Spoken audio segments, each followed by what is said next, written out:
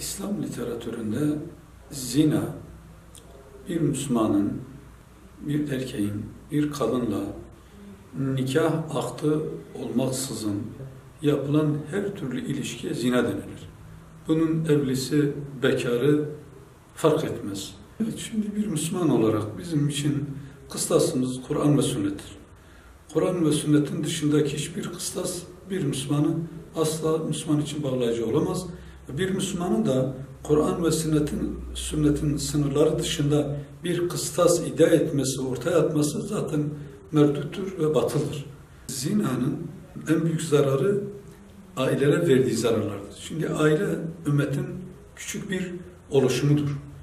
Ailedeki tahribatlar bu konuda her hususta olduğu gibi zina hususunda da ailede ne kadar tahribatlar varsa ümmet içerisinde de toplum içerisinde de o kadar tahribatlar olur. Yani ümmet eşittir aile. Dolayısıyla aileye zarar veren her şey, aileyi imha etmeye çalışan, fesada götüren ne kadar müfsit etkenler varsa ümmete de onlar ifsad ediyor. Dolayısıyla aile ümmetin temel taşıdır. Bu temel taşın sağlam olması lazım. Merak ediyorum. Bu konuda hutbelerde, İslami yazı yazan yazarlarda dile getirilmiyor demiyorum ama böyle ciddi manada buraya dikkat edilmiyor. Bunun bir özgürlük meselesi değil, bu bir haysiyet meselesi olarak ele alınması lazım. Hiçbir İslam hukukunun hiçbir kaidesi kadının iffetine verdiği değer kadar ikinci bir mesele o kadar değer verdiği olmamıştır. Mesela İslam hukukunda herhangi bir anlaşmazlık çıktığında iki şahit, bazı yerlerde birer şahite yetiyor ama iki şahit olması lazım. Fakat bir kadının iffeti söz konusu olduğunda, bir kadının iffeti, hayası ve edebiyle ilgili bir suç duyurusunda tabiri caizse bulunmaya çalışan insanlar olursa, onların iki şahit yetmiyor, üç şahite yetmiyor.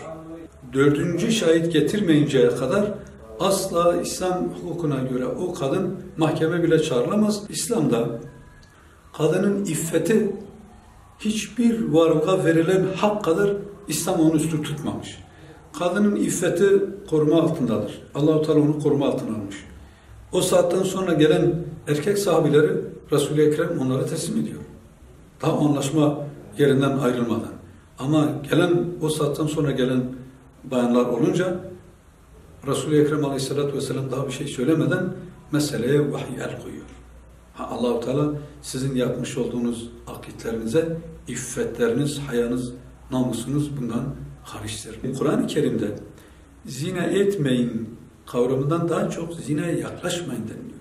Aslında zinaya yaklaştıracak etkenler eğer ortadan kaldırılmazsa sadece zina yapmayın, zina suçtur demek de çare değildir.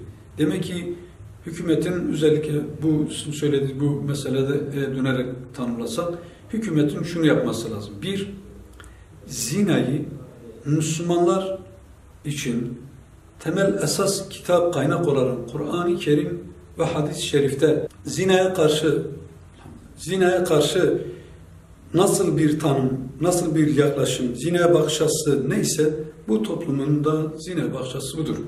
Avrupa kanunlarını dayatarak bu milletin geleceğini kirletmek ve bu milleti imha etmekle eşdeğerdedir. Ülkeler fethedebilirsiniz, çok modern silahlar yapabilirsiniz ama siz bu milletin iffetinin bombalandığı bir dönemde kalkıp buna seyirci kalırsanız yönetici olarak bu toplumu idare edemezsiniz ve başka günahlara benzemez. Zina ve fuhşiyatın işlendiği bir toplumda gökteki melekler lanet okurlar, Allah gazaba gelir, gayretullah'a dokunur. O gayretullah'a dokunursa bunun faturası çok kötüye, bütün topluma çok ağır ve kötüye bir fatura çıkar.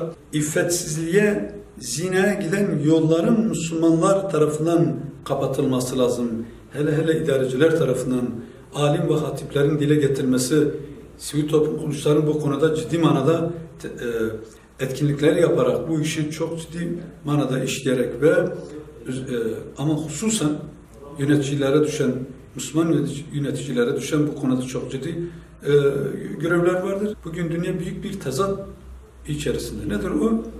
Yani yeryüzünde halkı Hristiyan olduğu halde amiri Müslüman, idaresi İslami olan bir dünya devleti var mı? Yok.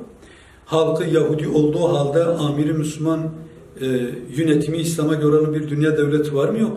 Peki halkı Müslüman, idaresi gayri İslami ve idaresi Müslümanlara acımayan ne kadar devletler var? Ekseriyet İslam ülkelerinin ekseriyeti böyledir yani. Dolayısıyla sadece zina değil, Allah-u Teala'nın kitabına dönmekle bu ümmet kendine gelir. Müslümanı Müslüman yönetmesi lazım.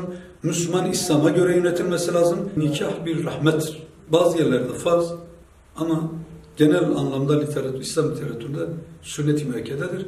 Ama Resul-i Ekrem Aleyhisselatü Vesselam zamanında evliliği terk edip ben sürekli ibadet edeceğim diyen sahabeleri uyarırken kim benim en nikah sünneti femen râibe an sünneti feleyse min. Nikah benim sünnetimdir. Kim benim bu sünnetimden yüz çevirirse o benden değildir. Bu çok önemli bir şey.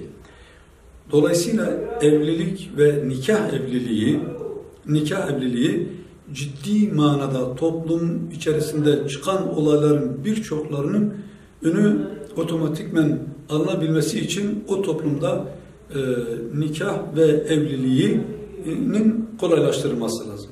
Maalesef bugün İslami kesimler dahil, İslami duyarlılıkla hayatlarını sürdüren birçok kardeşlerimizi tanıyoruz, insanlarımızı tanıyoruz. Evlilik meselelerini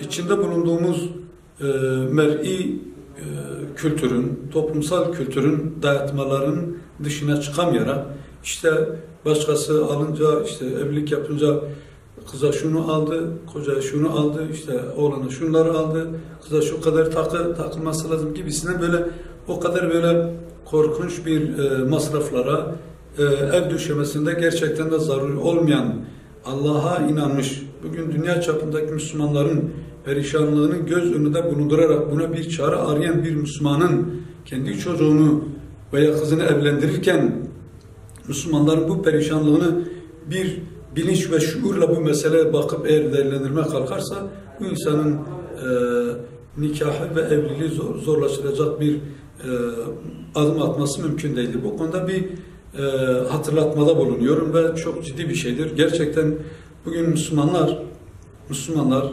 çocuklarını evlendirme hususunda birbirleriyle yardımlaşsınlar. Bunu kolaylaştırma yollarına baksınlar.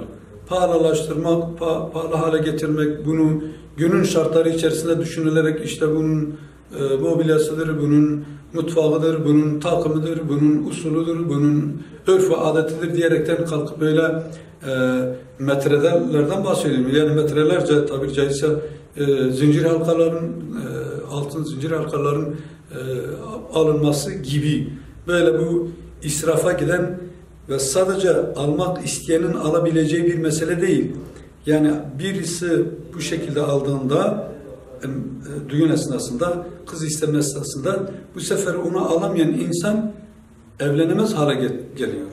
Yani maddi imkanı olanlar en çok buna dikkat etsinler. En çok zenginler buna dikkat etmeleri lazım.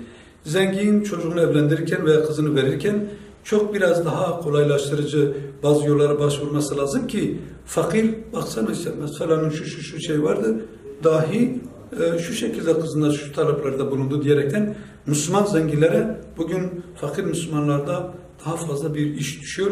Dolayısıyla bugün